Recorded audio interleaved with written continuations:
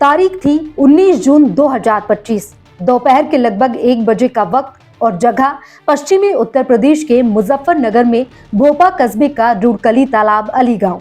शहर से लगभग 17-18 किलोमीटर की दूरी पर बसे इस गांव में गुरुवार को एक घर के बाहर अजीब सी हलचल थी। घर वसीम और उसकी पत्नी मुस्कान का था। बाहर लोगों की भीड़ थी और घर के भीतर चारपाई पर 2 छोटे छोटे बच्चों के शव पड़े थे। नाम था अरहान और इनाया। माँ का रो रो कर बुरा हाल था। ये बच्चे सुबह नाश्ता करने के बाद लेटे थे और फिर कभी नहीं उठ पाए। पुलिस शवों को पोस्टमार्टम के लिए भिजवाने की कोशिश करती है, लेकिन मुस्कान मना कर देती है। जब मुस्कान से कुछ और सवाल पूछे जाते हैं तो वहां गोलमोल जवाब देती है। बस यहीं पर पुलिस का माथा ठनक जाता है।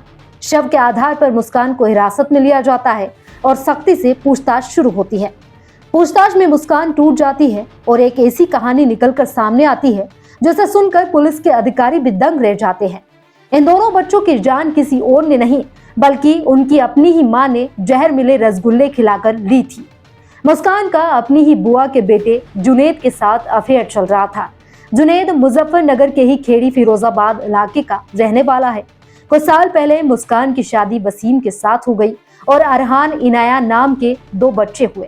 वसीम वेल्डिंग का काम करता है और अक्सर शहर के बाहर भी रोजगार के लिए जाता था।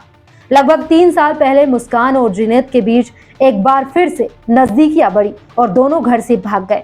रिश्तेदारों ने दोनों की तलाश की और मिलने के बाद मुस्कान को समझा बुझाकर घर ले गए। वसीम ने भी बच्चों की खातिर मुस्कान को माफ कर उसे फिर से अपना लिया, लेकिन कहानी अभी खत्म नहीं हुई थी। वसीम जब घर से बाहर जाता है तो मुस्कान मिलने के लिए जुनैद को बुला लेती। दोनों के बीच अवैध संबंध इस हद तक बढ़े कि मुस्कान और जुनैद ने निकाह करने का फैसला कर लिया।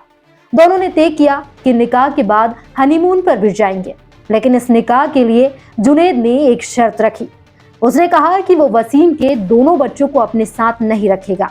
इधर मुस्कान किसी भी तरह से जुनैद के साथ निकाह करना चाहती थी, इसलिए उसने बच्चों को रास्ते से हटाने का फैसला कर लिया।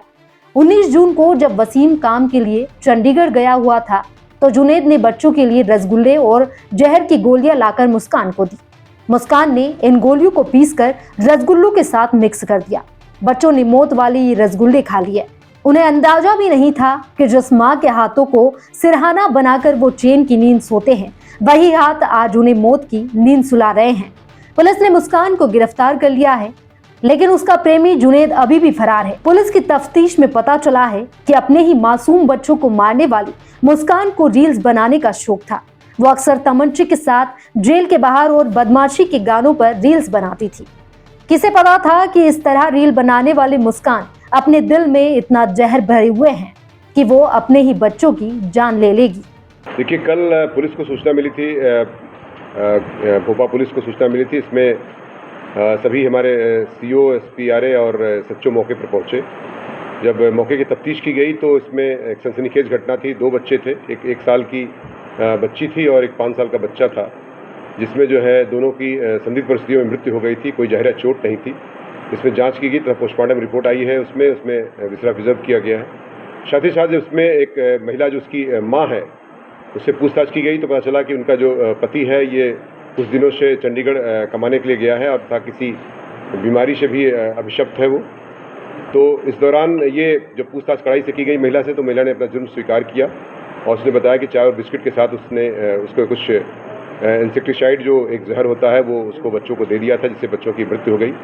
और इसमें इसका एक प्रेम संबंध की बात संज्ञान में आई कि जो जुनैद नाम के एक लड़के से, जो पड़ोसी गांव का ही निवासी है और इसका फूफे का बेटा है, मतलब रिश्तेदार लगता है, उससे जो है इसका प्रेम संबंध चल रहा था। और जिसकी वजह से और बच्चे उसमें खर्चे के लिए, जो कि खर्चा कम हो, बच्चे उसमें बाधा हो रहे थे, जिसकी वजह से दोनों ने मिल करके उनको प्लानिंग करके उसको जहर दिया ताकि बच्चों की मृत्यु हो जाए और जिससे ये घर से सुरक्षित रूप से जा सके। बच्चों को मारने के बाद इनकी आपस में शादी करने की कोई तैयारी हो, जो खर्चे की बात सामने आ गई? निश्चित तौर से उनका घर से भागने का प्लान था, ऐसा उन्होंने स्वीकार किया है अपने बयान में। और ये घर से छोड़ के चले जाते, बच्चे उसमें बाधा आ रहे थे, जिसकी वजह से इनको उन्होंने पॉइजन देकर के उनकी मृत्यु का कारक बनी है ये सारी परिस्थितियाँ। और इसमें 103 BNS का तथा 123 BNS का अभियोग दर्ज कर लिया गया है और सख्त कार्रवाई करते हुए जेल भेजने की कार्रवाई।